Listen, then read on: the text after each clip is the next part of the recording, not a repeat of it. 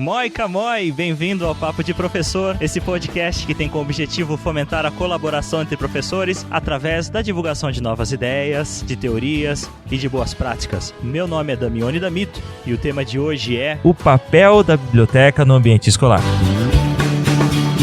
Muito bem, bem-vindo mais uma vez ao podcast Papo de Professor. E hoje eu trago para vocês mais um tema muito interessante, muito relevante no contexto escolar. E esse é um daqueles temas que ele é pouco falado ou pouco comentado. E já dando spoiler, o problema, Felipe, já vou conversar com você aqui nem antes de te apresentar, é que eu fico dando spoiler do episódio, eu fico fazendo um mistério aqui no áudio, mas quem tá ouvindo esse episódio já sabe, porque já baixou, já viu a capa do episódio, né? Mas esse tema aqui é o papel da biblioteca no ambiente escolar. E para falar sobre isso, está aqui conosco o Felipe Augusto Aracaki, que é bibliotecário e documentalista no Instituto Federal de São Paulo, no campus Presidente Epitácio. Então nós estamos aqui do outro lado do estado de São Paulo, eu sou lá da cidade de Indaiatuba. Nós viajamos aí aproximadamente 10 horas para chegar nessa cidade linda, que é a cidade com o pôr do sol mais bonito do Brasil, para conversar com o Felipe, que ele é bacharel em biblioteconomia pela Unesp, mestrado em ciência da informação também pela Unesp e doutorando em ciência da informação. Seja bem-vindo, Felipe. Obrigado, Damione. Eu agradeço pela oportunidade de estar conversando sobre esse tema aqui, que a biblioteca escolar, para mim, é uma paixão também. Legal, Felipe. Então, como é de prático, nós vamos conversar com um convidado aqui no Papo Professor. Eu gostaria que você contasse um pouquinho do seu caminho, né? O porquê você escolheu essa profissão? Eu sempre fui rato de biblioteca, né? Sempre acompanhei muitas atividades da biblioteca no ano de ensino médio. Assim, eu sempre gostei de documentação também, trabalhar com arquivo, analisar documentos. Eu, analisando os perfis dos cursos, né, fiquei entre arquivologia, biblioteconomia. Eu vi que a biblioteconomia era aparentemente era um pouco mais abrangente que a arquivologia e acabei fazendo curso de biblioteconomia na Unesp de Marília. Uma pergunta que às vezes eu ouço: as bibliotecas vão acabar? Você ouve esse tipo de pergunta? Não, sim, bastante, mas a biblioteca não vai acabar. Pode falar meio digital, pode falar um outro suporte, mas a biblioteca não vai acabar, não tem como acabar. A gente precisa da biblioteca. Como que você poderia definir a biblioteca no papel da formação do aluno, assim? Na verdade, eu não posso nem falar aluno, né, Felipe? Na formação do indivíduo, né, do cidadão, né? Eu, assim como você, eu sempre fui rato de biblioteca, então eu tinha prazer nos intervalos de aula, quando eu estava lá no ensino fundamental, que eu estudava na minha cidade, depois eu fui estudar em outra cidade, mas a minha escola era próxima à biblioteca municipal. Então era um ambiente que eu frequentava com muita frequência. Eu sempre gostei desse ambiente. Inclusive, quando a minha filha nasceu, eu comecei a levar ela na biblioteca aos 3 anos, né? Ela tem hoje 10 anos e eu não gostaria que ela não tivesse lembranças de uma biblioteca. Porque hoje você vê cada vez menos os jovens procurando a biblioteca, né? Então qual que é o papel da biblioteca na formação do indivíduo? É fundamental, né? Primeiro que ela apresenta diversos suportes, né? Tanto não atualmente a gente está com uma tendência de não apresentar apenas livros, mas outros recursos para as pessoas, né, para o indivíduo, para poder pesquisar, consulta na internet. Então são vários suportes que a biblioteca tem apresentado, tem lugar que tem filmes, outros tipos de suporte que, além do livro, que ele pode consultar, que ele pode conseguir ter acesso para a sua formação, né? Então ela é fundamental, então ela não está baseada só em livros, ela tem outras coisas, serviços, que ela vai ajudar o indivíduo a construir ele mais crítico, com um embasamento em diversas áreas do conhecimento, né?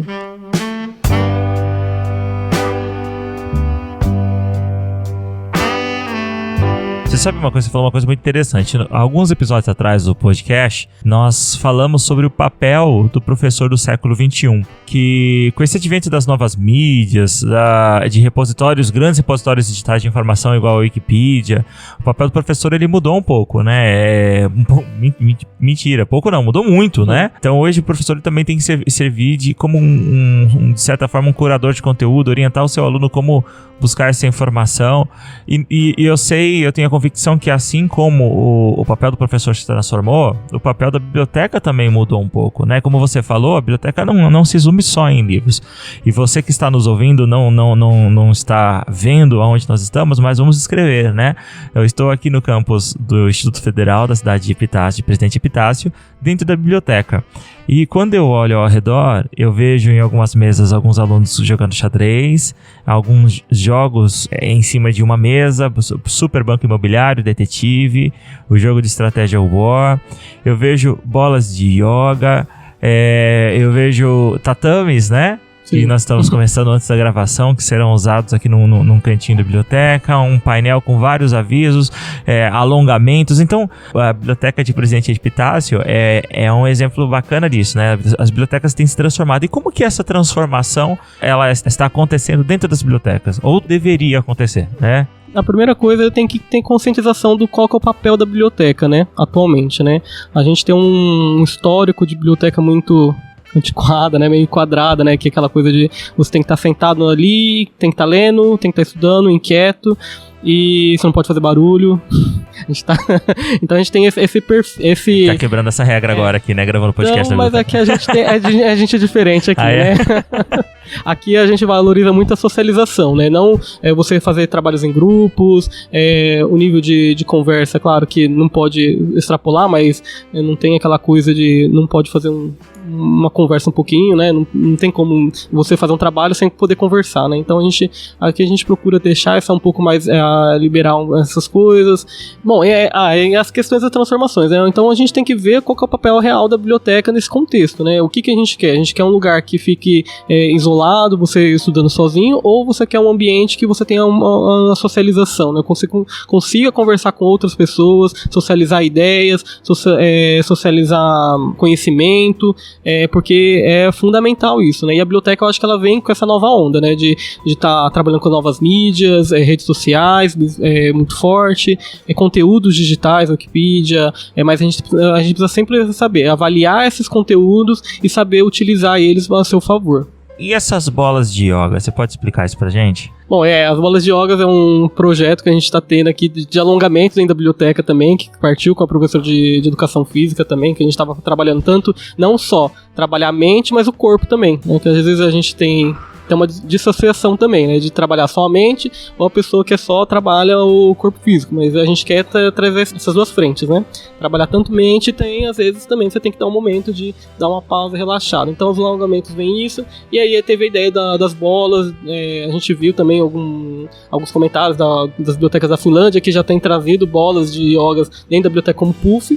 Então a gente, ora ela vai virar puff, ora vai virar parte de alongamento. Então tem essa dupla função aqui, as bolas de yoga, o tatame também, o espaço que a gente está pensando em trabalhar com quebra-cabeça, deixar um pouco mais à vontade, não precisa estar na cadeira, né? A gente pode estar sentando no chão, né? Então tatame, tapete, essas coisas vão auxiliar nessa descontração dentro da biblioteca, né? Não ser aquela coisa rígida mais, né? Então deixar mais light o espaço. Tá sendo muito divertido ver os alunos usarem as bolas, porque você falou que elas estão há pouco tempo aqui, né? Então tá sendo super novidade, né?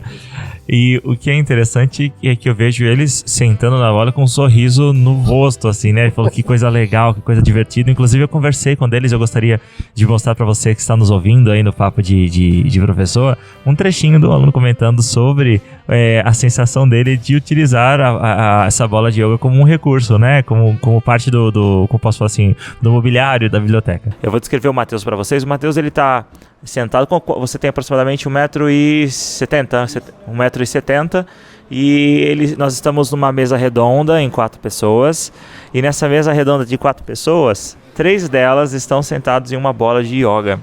E por que você está sentado nessa bola ao invés de estar sentado numa cadeira como eu? Ela é bem confortável, né, e também é meio inusitado, porque não é muito popular em todas as escolas.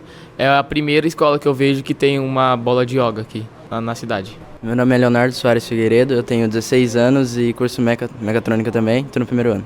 Por que a bola de yoga ao invés de uma cadeira? Eu acho que, tipo, a cadeira é algo muito, né, tipo, rígido, assim, né, é algo muito compactante, assim. E aí a bola de yoga traz pra gente um negócio mais descontraído, entendeu? Uma forma de sentar mais diferente, assim, mais legal. Ele é mais confortável também, ó? Com certeza. Pelo sorriso dele dá pra perceber que dos 3, na verdade, que estão muito felizes com isso.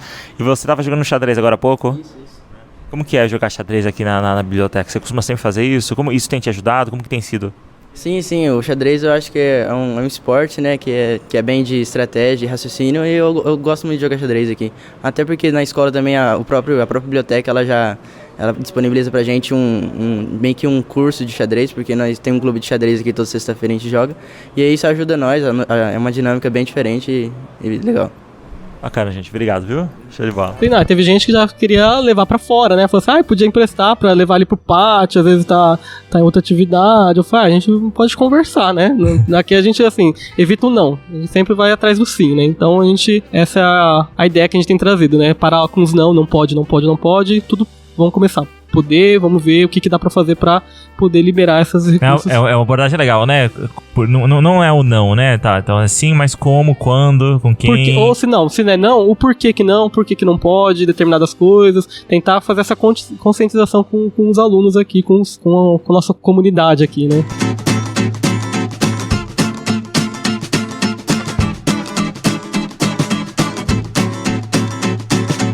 Além das bolas de yoga, uma coisa bastante interessante e inovadora que eu tenho visto, não em si, mas a abordagem, seria o clube de xadrez, né? Os alunos. Nós nos encontramos, então, algumas semanas atrás, em um congresso na cidade de Cubatão, e você me falou que o xadrez na biblioteca, ele, de certa forma, serve como um regulador de ruído, né? Então, a expectativa inicial era que talvez isso trouxesse mais barulho para a biblioteca, e isso não aconteceu. Você pode falar um pouquinho sobre isso? Sim, a nossa abordagem aqui, ela tem sido bem de conscientização com os alunos, né? Então, toda vez que no começo a gente deixava tudo livre e, assim, os alunos vinham, jogavam, a gente tinha muito problema de ruído, muita reclamação, e isso a gente conseguiu controlar, né? A gente conseguiu reverter. Talvez muito mais pela abordagem, né? Que a gente foi uma aproximação com os alunos, né? Acho que foi o xadrez, os jogos, está sendo, assim, uma abordagem diferente, né? Com os alunos, né? De respeitar os alunos como usuários aqui da biblioteca, com indivíduo, que ele pode opinar também, né? Então a gente sempre tá com esse papel aqui, né? De, olha, conversar com o aluno, olha, é legal, você pode ter acesso a isso, e só que tomar cuidado com barulho, às vezes ruídos. Então eu acho que muito mais abordagem do que, assim, o jogo foi um caminho. O meio, exatamente, né, pra gente chegar ao aluno, né, porque sempre também tem aquela coisa, né, sou aluno, sou funcionário, né, e a gente tá tentando acabar com esse abismo também, né, de aproximação do aluno com a gente e fazer esse trabalho, desenvolver legal e... Talvez o método dialógico, né, você conversar com o aluno como um igual, né, não só como superior hierárquico dele, né? Sim, tanto que a nossa metodologia da biblioteca que a gente tem utilizado no projeto que a gente conseguiu, né, é a pesquisação, né? Então a gente tem uma interação maior com os alunos e tá essa interação de troca, né, de conhecimento, né? Então eu tenho coisa para passar e eles também têm muita coisa para passar pra gente também. Então eu acho que é essa abordagem que a gente tem feito que tem influenciado muito nessa conscientização de ruídos aqui na biblioteca. Uma coisa muito importante que nós havíamos conversando, eu inclusive eu não gosto muito de conversar com as pessoas antes de gravar o episódio, porque a gente acaba falando de muitas coisas, né, e eu gosto de compartilhar com vocês que estão nos ouvindo tudo isso, mas não tem como, porque o Felipe, você trouxe pra mim, Felipe, uma visão muito diferente de uma biblioteca tradicional, né, quando eu falo biblioteca tradicional, daquela que nós estamos acostumados, ou então uma visão de quem está de fora da biblioteca, de quem é simplesmente um usuário da biblioteca. E uma coisa que você me mostrou e eu realmente parei pra pensar e faz todo sentido, como nós às vezes negligenciamos o papel da biblioteca na construção de um currículo e inclusive na construção de metodologias ativas, né? Então, você estava comentando que quando nós usamos as metodologias ativas, que nós já conversamos aqui em vários episódios do podcast Papo de Professor, um dos objetivos é empoderar o aluno, é dar ao aluno autonomia, torná-lo um cidadão autônomo e entre outras coisas.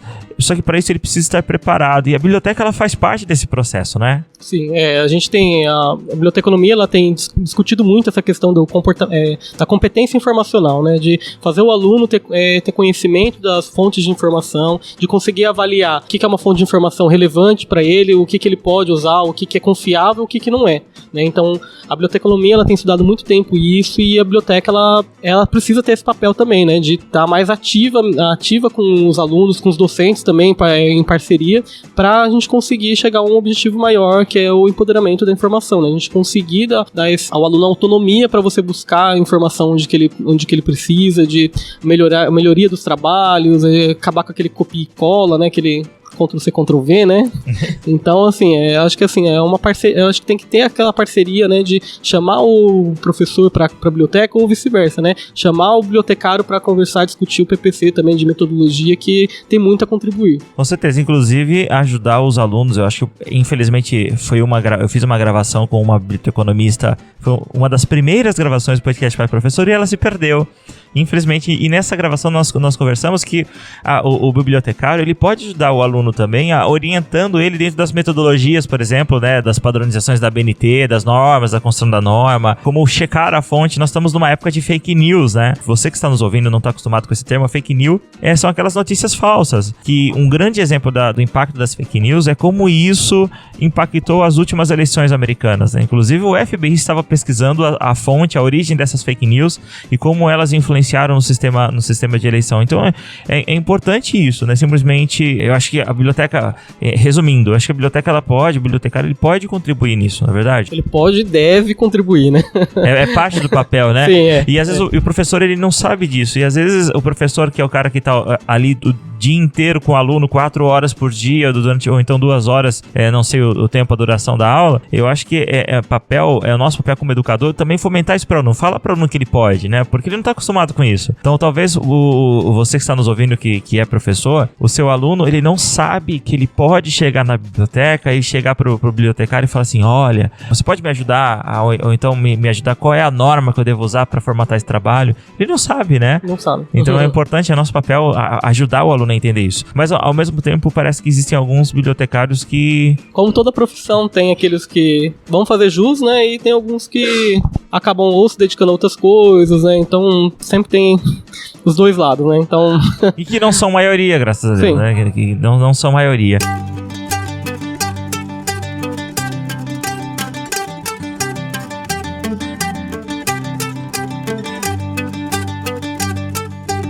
Felipe, qual é a mensagem que você deixa pro educador que está nos ouvindo relacionada à biblioteca? Como que ele pode? Qual é a sua dica, a grande dica, a sua mensagem para eles? Bom, a minha mensagem, então, acho que a gente tem que ter um diálogo maior com a biblioteca. Acho que a gente tem tanto, não só a da nossa instituição, mas a biblioteca pública também. A gente precisa fortalecer essas comunidades, né, esses equipamentos culturais, né, que eles são equipamentos culturais que a gente tem que utilizar, né, e muitas vezes a gente acaba não vendo essa utilização. Então, a gente tem que correr atrás, encher o saco do bibliotecário, tem que ter isso, tem que ter aquilo, por que não tem isso? Eu acho que a gente tem que começar a cutucar, né? Se é aquele que não tá tendo, começar a cutucar, mas por que não tem isso? O que tá precisando? Vamos ver o que dá pra fazer. Eu acho que tem que ser sempre aquela coisa, vamos atrás do sim, né? A gente sempre recebe muito não, vamos começar atrás do vamos fazer, vamos lá, bora que dá pra fazer. É importante parar de olhar pra biblioteca como aquela sala misteriosa que fica lá à parte da escola, né, que é simplesmente um lugar para os alunos fazerem um copia e cola, e sim como realmente parte importante da formação do nosso aluno, do nosso estudante, né? Então, muito obrigado, Felipe, pela sua disponibilidade de estar conversando com a gente. Muito obrigado por nos receber aqui na cidade de Presidente Epitácio. Você que é da região, até mesmo você que não é da região, mas quer conhecer, pode vir conhecer a biblioteca? Claro, deve. Então, e se você quiser continuar essa discussão, continuar essa conversa, você pode enviar um e-mail para contato@papodeprofessor.com ou então deixar o seu comentário no post. Eu vou deixar no post, Felipe, algumas fotos que nós fizemos aqui da biblioteca, o link do blog, para que você esteja nos ouvindo, possa conhecer um pouco mais do trabalho